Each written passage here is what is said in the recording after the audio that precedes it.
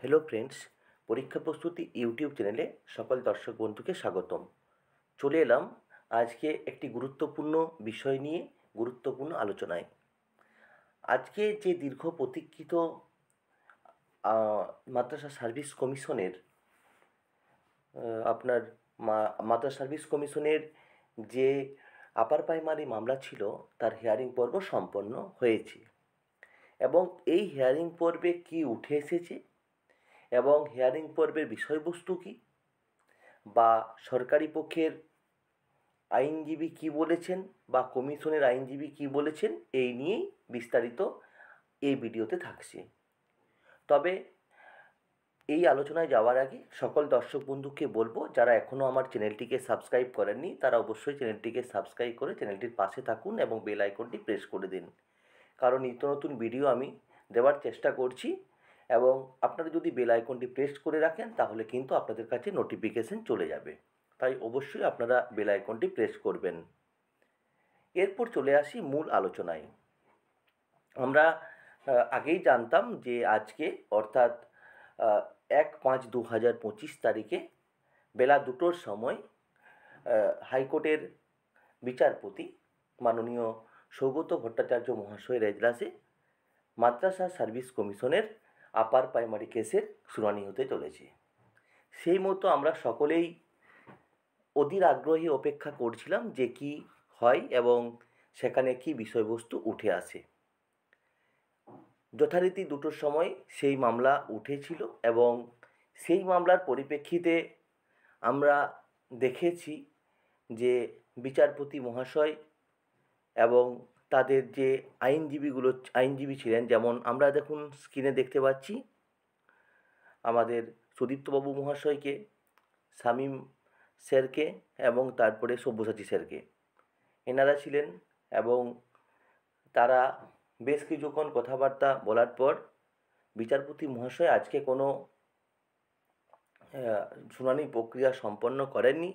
তার কারণ কিছু প্রসিডিওর বাকি ছিল, সেগুলো আপাতত দেওয়া নেওয়া হয়েছে এবং সরকারি যিনি মাদ্রাসা সার্ভিস কমিশনের যে আপনার আইনজীবী ছিলেন তিনিও সেই জায়গাতে আপনার উপস্থিত তার কথাবার্তা বলেছেন এবং সব কথাবার্তা বলার পর মাননীয় বিচারপতি মহাশয় একটি নতুন ডেট দিয়ে দেন, কারণ এই কেসটাতে যে ক্যান ফাইলগুলো যুক্ত হয়েছে সেই ক্যান ফাইলগুলো পরবর্তী সময়ে নতুন করে হিয়ারিং হবে। এবং এখানে বলে রাখা ভালো যে সুদীপ্তবাবু এবং আমার শামীমবাবু এবং সব্যসাচী বাবু এনারা কিন্তু এই যে মামলা সেই মামলাতে অ্যাড আছেন এবং তারা পরবর্তী সময়ে শুনানির জন্য তারা সময় চেয়ে নেন এবং তাদেরকে বিচারপতি সময় দেন। এবং আমাদের মাদ্রাসা সার্ভিস কমিশনের যিনি আইনজীবী ছিলেন সেই মাদ্রাসা সার্ভিস কমিশনের আইনজীবী একটা বিচারপতি যখন 19 তারিখে ডেট ঠিক করেন তখন কিন্তু এই এতদিন পরে যে শুনানি হচ্ছে সেই নিয়ে কিন্তু মাদ্রাসা সার্ভিস কমিশনের যে আইনজীবী তিনি জিজ্ঞাসা করলো বা জানতে চাইলো, কিন্তু বিচারপতি এই নিয়ে কোনো সদুত্তর দেননি বা এই নিয়ে কিছু বলেননি। ডেট কিন্তু 19 তারিখে ফিক্সড হয়ে যায়, অর্থাৎ যে গ্রীষ্মের ছুটি সেই গ্রীষ্মের ছুটির পরে এই মামলার চূড়ান্ত শুনানি হবে, চূড়ান্ত নয়, হিয়ারিং হবে। এখন প্রশ্ন হচ্ছে যে আজকের যে মামলা সেই মামলার ফল কি হলো। এই মামলার ফল পুরোপুরি যে স্টে ছিল আপার প্রাইমারির ক্ষেত্রে সেই স্টে কিন্তু থেকেই গেল, কারণ এই স্টে তোলার ব্যাপারে কোনো আলোচনাই হয়নি বা আলোচনার পরিপ্রেক্ষিত কিছু উঠে আসেনি। তাই মাদ্রাসা সার্ভিস কমিশনের যে আপার প্রাইমারির পরবর্তী স্টেপ বা প্রসেস সেই প্রসেস কিন্তু থমকে গেল।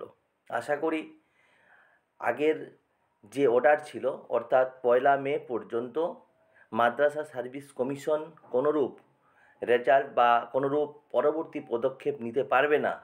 আশা করছি যেহেতু আজকে সেই নিয়ে কোনো হয়নি, আশা করি সেই স্টেই রয়ে গেল এখন যদি মাদ্রাসা সার্ভিস কমিশনের আপার প্রাইমারির এই স্টে থেকে যায়, তাহলে নবম দশম এবং একাদশ দ্বাদশ এই যে দুটো ভাগ, অর্থাৎ এসএলএসটির, সেভেন্থ এসএলএসটির এই ভাগের কি হবে?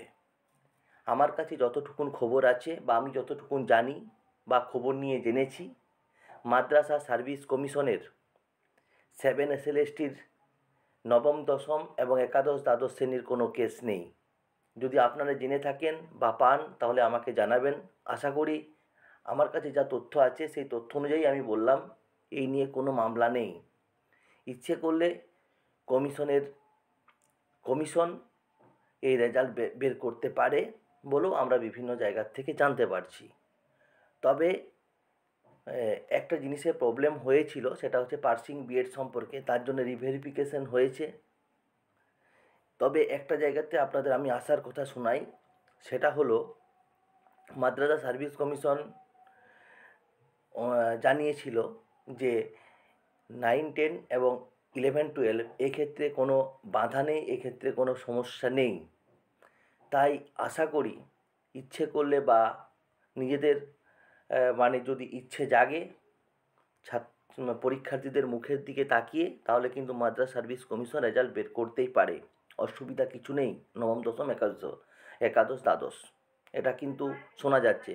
তবে আরও একটা কথা আপনাদের সামনে বলি যে মাদ্রাসা সার্ভিস কমিশন হয়তো আপার প্রাইমারির কোনো যে মামলা, সেই মামলার জাজমেন্ট, অর্থাৎ সেই জাজমেন্ট দেখতে চাইছে এবং সেই জাজমেন্ট অনুযায়ী তারা পরবর্তী পদক্ষেপে যেতে যায়। এটা কিন্তু অনেকেই মত প্রকাশ করছেন বা অনেকেই জানতে চাইছেন। কিন্তু এই প্রসঙ্গে একটি কথা বলে রাখা ভালো যে মাদ্রাসা সার্ভিস কমিশনের নবম দশম একাদশ দ্বাদশের সঙ্গে আপার প্রাইমারির কোনো সম্পর্ক আছে বলে আমাদের মনে হয় না। কারণ ওর প্রসেস, ওর শিডিউল আলাদা, এখানের শিডিউল আলাদা। তাই আমাদের সকলের নজর কিন্তু এরপর পরবর্তী শুনানির দিকে থাকবে। তবে আজকের যে শুনানি পর্ব, সেটি খুব কম সময়ের মধ্যে শেষ হয়ে যায়। 15 মিনিটের মধ্যে শুনানি হয়েছিল। তো আপনারা লাইভটা দেখতে পারেন, আমি আপনাদের এটা দিয়ে দিচ্ছি গ্রুপে, মানে এই ইউটিউব চ্যানেলটাতে, আপনারা সেখান থেকে পেয়ে যাবেন।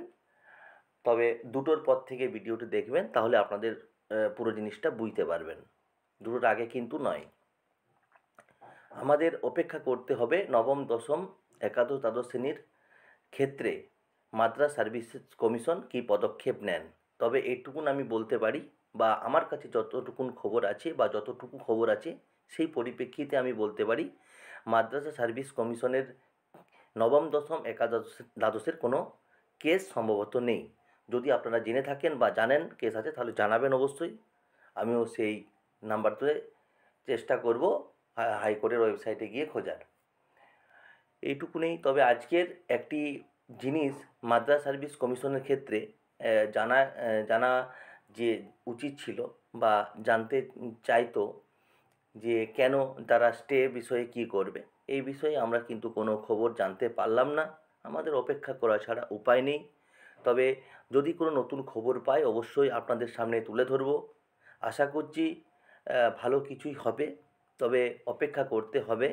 তার কারণ হচ্ছে বুঝতেই পারছেন, একটা বড়সড় মামলা হয়ে গেছে মাদ্রাসা সার্ভিস কমিশনের আপার প্রাইমারির ক্ষেত্রে।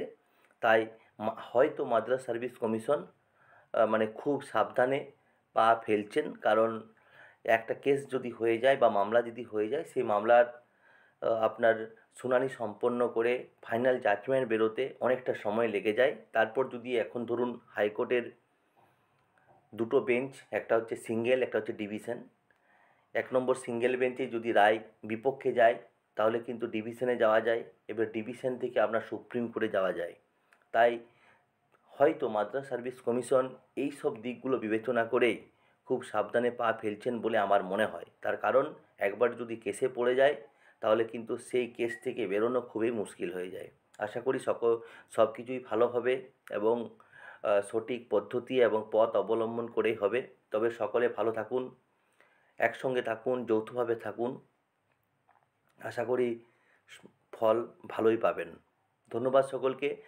নতুন কিছু তথ্য পেলে অবশ্যই আপনাদের সঙ্গে বা আপনাদের সামনে শেয়ার করব। এই ইউটিউব চ্যানেলের সঙ্গে থাকার অনুরোধ রাখলাম সকলকে।